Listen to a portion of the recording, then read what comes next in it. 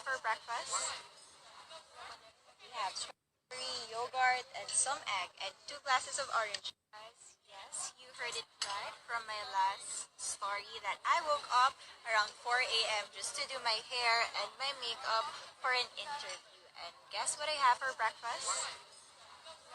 We have strawberry, yogurt. สวยมากฟิลิปปินส์สวยมาก beautiful beautiful เอองงมากมาไม่ก็ไม่เสียงค่ะ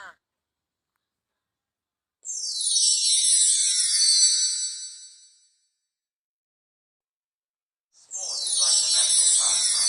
That's But in true. the Philippines, some might say that pageantry is the pastime. That's true. You know what? In the Philippines, we have pageants all over the places. Yes, we have pageants in the barangay, in school, national, local. That's why we really love Miss Universe. It's like it's giving pride and putting the Philippines back on the pedestal. That's why there's an added pressure as a candidate coming from a pageant-loving country. But it's a good pressure. I always look up to our former Miss Universe Philippines. They really did well in the competition. And now this is my time to show who I am, to offer what Rabiya can show to the rest of the universe. So I'm very happy, and at the same time, I'm excited to make all my kababayans proud, and hopefully I do. Why do you think it is that the Philippines love pageants? They have appreciation for beauty. We do love pageant because we used to think that we wanted to be included in the world, I have to be honest, in the Philippines, my skin color used to be not the standard of beauty. I was obsessed whitening my skin because these are the kinds of beauty queen we see on the mainstream. But things were different now. That's why I'm very proud to be a morena. In the Philippines, we call it morena. It's brown skin girl. And to be able to represent, my color, my identity as a true Filipina.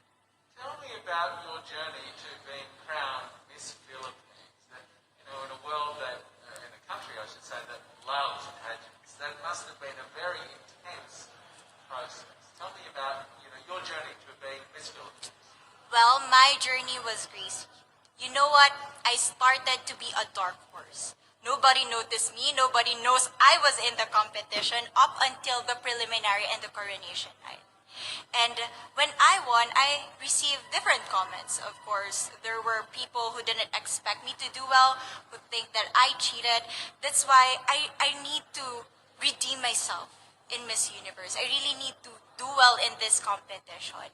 And the thing is, I love pressure. I love criticism. I get better every day with that. You tell me I cannot do that, I turn to you and I'm going to say that, no, I can do it for myself. So how does it feel then to be on the global stage? How do you feel to be here in this moment, right now? It's crazy, but I'm overwhelmed with the support, not just from the Filipino community, but also from Thailand, Latin countries who do appreciate me as a candidate, as a person. It motivates me that I am beautiful. I can offer so much in this world, and when somebody believes in you, it gives you that extra energy to really do well and perform well. Do you have a sense with the girls, all of the girls competing, you're competing, but is there a sense of camaraderie with all of the girls? Is there a real spirit to, sort of motivate each other to do better? You know what? I have a different idea about Miss Universe. I thought it's gonna be very competitive, in a healthy way, well, of course. But now I can see every girl helping each other. From fixing those hairs, from trying to zip up those outfits. It speaks of the closeness and the kind of camaraderie that we want to have. The goal of Miss Universe is not just to crown one girl, but also to build a genuine and long-lasting friendships among us. Would you say within the Miss Universe world, the contestants, is there a sisterhood? Are you sisters? There is sisterhood. I can say I was able to talk to different representatives from different backgrounds, different cultures. And despite our differences, there's so much to be highlighted in what binds us together. And that is because we want to empower women. We want to have our advocacies. We want to speak for the things that we love. And that's a celebration of women and the beauty that we have. So coming out of this week, obviously you would love to be crowned Miss Universe. Of course. And that would be wonderful, of course, for any of you.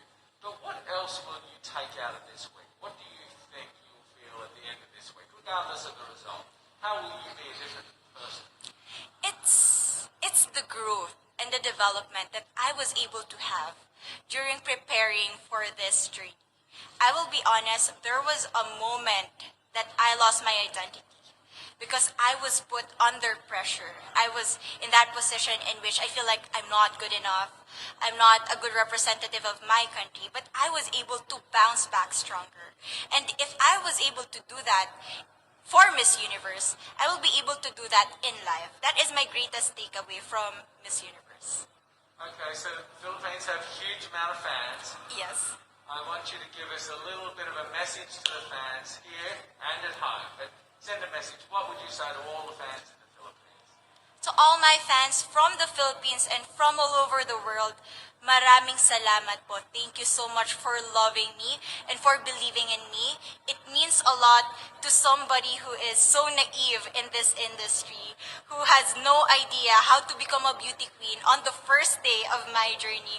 But because of your love and support, I was able to be the woman that I am today. And regardless of the result, I may or I may not win the crown, but one thing is for sure, I'm gonna make you all proud. So tell me, how does it feel to be here? It feels amazing because this is my dream since I was a kid. You know, when I was a kid, I talked to myself when I saw the TV. One day, I want to be the first Miss Universe from Indonesia. It was like 5 years old, but then I say to myself, it means that nobody is gonna be the winner of Miss Universe from Indonesia if I pray like that, right? Because I was saying like the first. But then it turns out until right now, nobody's become the Miss Universe from Indonesia. So I hope what I pray comes true to represent my country, to, share everything what we have, the beautiful things in Indonesia, the culture, the people, and especially my cause that I've been working since 2017 to, represent me as the next Miss Universe. So you may make history as the first Miss Universe. I hope so. Tell me, what was it about that dream, that idea of being Miss Universe that so inspired you? What did you love so much about it? Yes, to be honest, since I was a kid, it was thinking about only princess, right?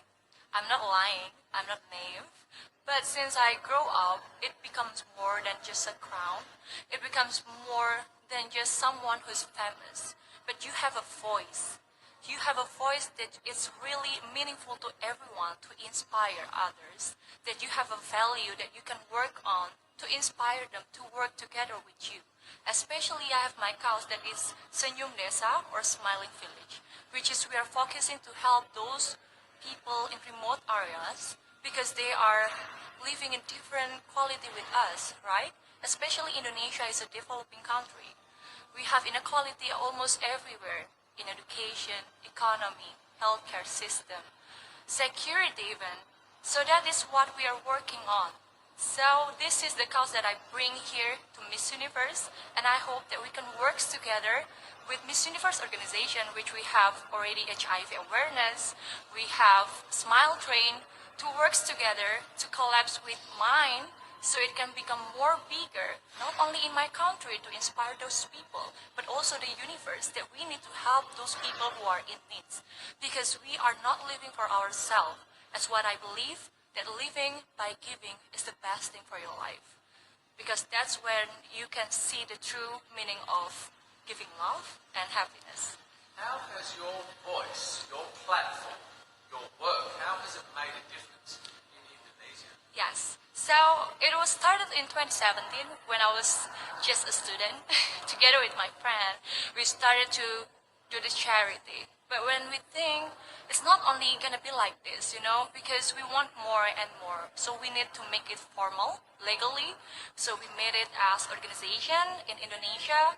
And after I won the competition, from only 20 people or 30 people, it becomes 800 people around Indonesia. So we open national recruitment, and every time we visit to the charity, we open the libraries, we give them the seminar, we give them free healthcare checks, also together with the medicine, we teach them how to be independent, empowered as a woman. Because in Indonesia especially, women get the glass ceiling that they cannot work, especially in remote areas. Once you can read or you can write, it means that you are smart enough for you to get married or for you to work, but not for a good, proper job. And that is what I'm really working on together with my friends. And yeah, since then, we've been having like 20 coordinators around Indonesia. We always trying to improve. We even have our own kindergarten for free for the kids. And it's very happy, to see those people and those faces very happy to see that we care. Sometimes they don't just I'm asking for your money to help me. No, they just need our love. They need our care, that we want to help them, that we are brother and sister, and we are available for every time. How hard has it been to change some of those cultural sort of values, I suppose, or social conventions around Yes. women, being educated enough to get married? How Yes. hard has it been to break through that and It's change? so hard. It's really tough. But, we are living, sharing by example. That's why I said to them. So that's why I always give them a motivation, sharing moment. They got inspired. That woman can become someone. I talked to them that we have our first woman president in our country, where we are still developing country, but we have women as a president compared to around country in the world, right? So I talked to them that we can do things as long as we believe. I gave them the example because I was born not in, in a royal family that is rich, but I grew up making hard times to make my own career since 14 years old until I can standing here. Because I was like, before I cannot get everything that I want to, now I can, and I just don't want to live it by myself. I want to share it to them. So in the fact that, yes, it happens. Girls like really working hard to go to college, from what I really teach them, is like so meaningful, that they got inspired from it. So I hope this one share becomes to another share and another. So I hope it's gonna be very working on together with Miss Universe organization.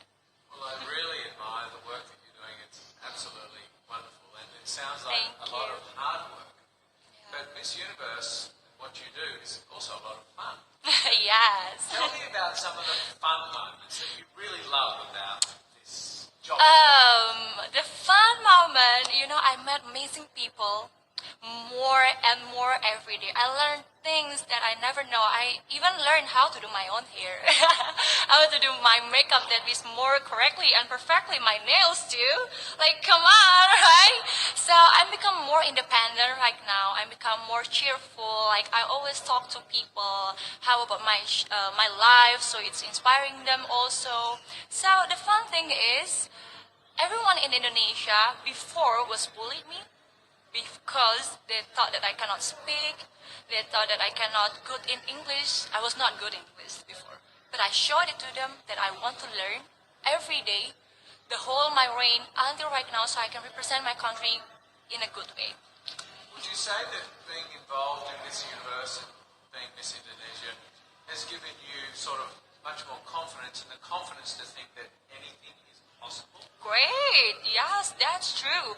Because, people before don't trust me that I cannot speak in English. Now, here I am. So nothing is impossible. That is also my hashtag that I always share since 2017. My first pageant in Indonesia for Go to Miss Universe when I was 19 years old. So this is my second. So that from that, my hashtag is nothing worth having comes easy. I always post it every time I post a photos. So it's to share to everyone that what you see in Instagram is something that is only beautiful things. You don't see how they work hard for that. You don't see how they are trying to get that point. So you just have to work on to get that point for yourself, for your future.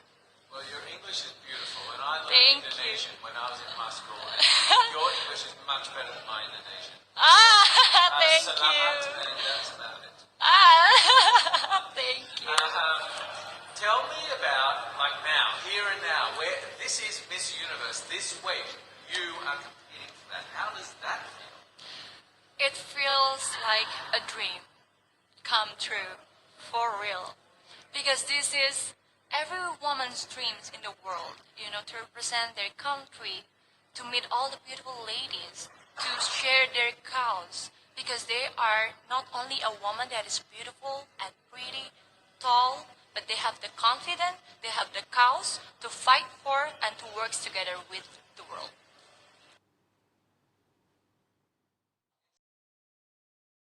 Universe on the television, and I thought, it's so far, it's so big, I can never get there.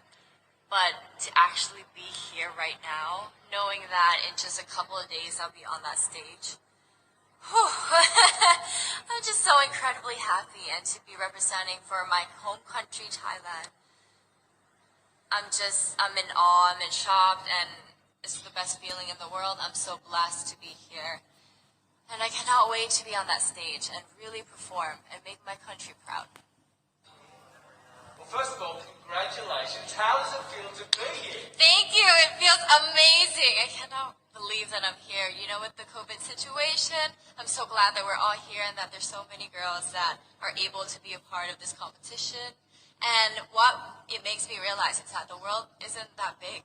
When you see all the girls in the auditorium together from different countries, and everyone is so nice and so lovely, they're so warm, and I can't wait to get to know everyone. And also it's so unique to see that everyone was born into such different cultures, different languages, but we're all here together to tell our stories. And tell me about your journey, your road to getting here. I know you obviously Thailand, but the physical journey to get here, did you just hop on a plane and get here? Was that easy or no? Oh my goodness. Well, Thailand is very far away.